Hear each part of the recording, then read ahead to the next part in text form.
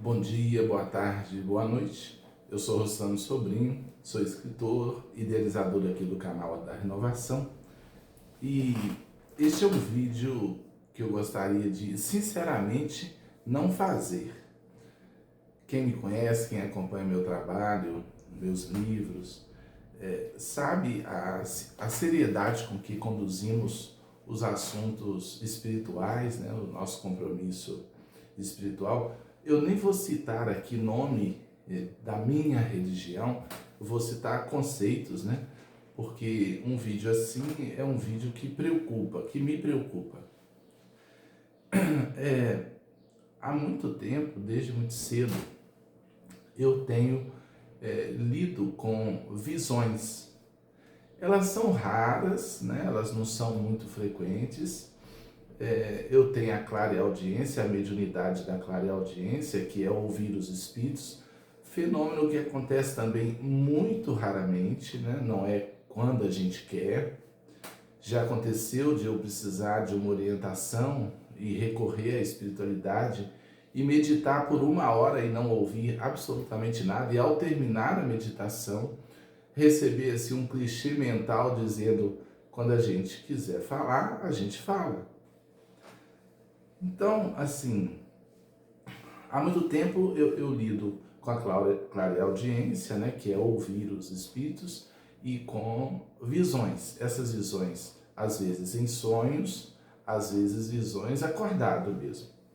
E hoje, dia 25 de junho de 2025, há poucos minutos, né, era 6 horas um pouquinho, eu tinha acabado de acordar e ainda deitado.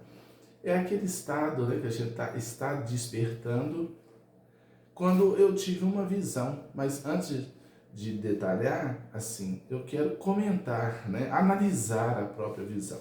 Primeiro, assim, eu perguntei até a minha esposa, assim, o que se faz com isso, né, quando se tem uma visão assim? Os espíritos, quando eu tenho visões assim, não dizem nada.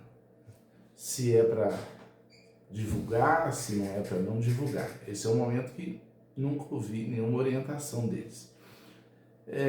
Abre-se uma tela mental, como se fosse num sonho, e muitas vezes acontece dentro mesmo do sonho, né? Então a gente pode contar como um sonho.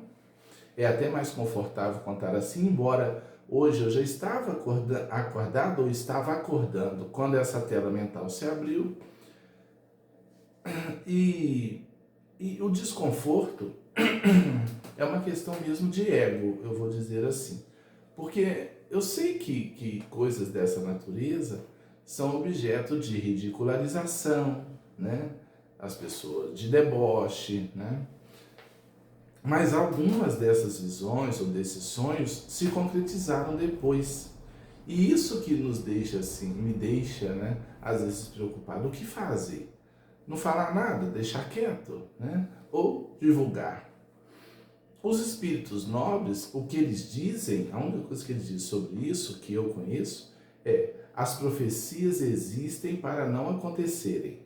Ou seja, que quando algo assim vem, é para a gente tomar providência para que aquilo não aconteça, né?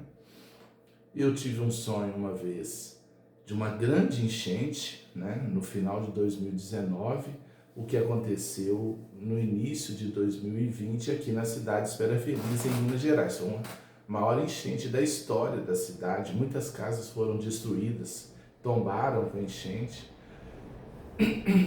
Eu tive uma visão do velório do meu pai, uns 20 dias antes de ele falecer, e aquilo se concretizou. Eu achei que fosse coisa da mente, né? Porque a mente também cria essas imagens, ou até de espíritos, espíritos irresponsáveis, né? Nos deixando aturdido, porque mostrar uma coisa assim deixa a gente aturdido.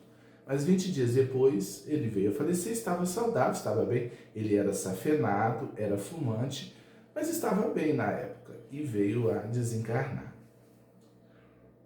Então, assim, estou aqui partilhando a visão que eu tive agora às 6 e pouca da manhã.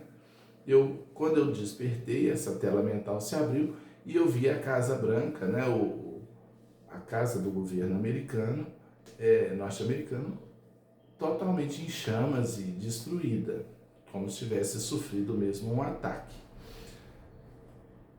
E é algo muito rápido, mas muito nítido de a gente ver detalhes. Claro que isso é uma temática desses dias, e é claro que isso pode ser, evidentemente, a minha mente com esse material e depois regurgitando esse material, né, num processo catártico.